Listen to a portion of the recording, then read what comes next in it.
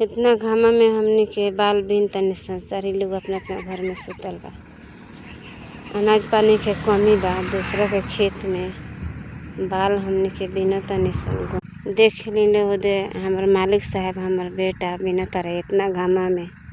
हमहू बीनत रहनी है। गर्मी से हालत खराब हो गल बा, कपार में दर्द हो गल बा। वही से आके हम तनी छेहा बैठल बानी। हम इतना कमा धामा के तो सास ससुर हमनी के कुछ नहीं खे देले। एगो हमार मालिक हो के 7 गो ननद लोग के शादी कइले बानी। 2 जना देवर वालों केहू साथ नहीं खे देले।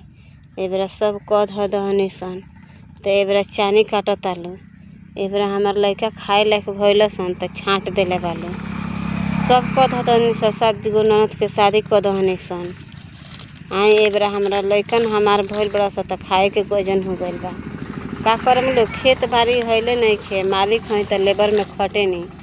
उहों के मियाज ठीक नहीं खे रहत तो हमनी के दोसर कोनो उपाय नहीं खे। गहूँ बीनत तानी सन, पीटे नहीं सन, पिसाई त खाम सन।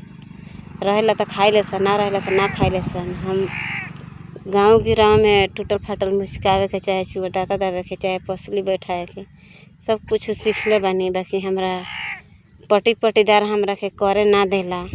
ऐसे कि ये कहेला लो जे ई सीखले बिया सब ई कर लगी तो सारी लोग एकरे के पूछी, हमरा के ना पूछी हनु। तो हम ना जाइले करे खातिर कि जे आवेला ओकरा घरे जाइले। उन्हीं से आवेला कुछ तो खाइले सब पीले सब बानी सन।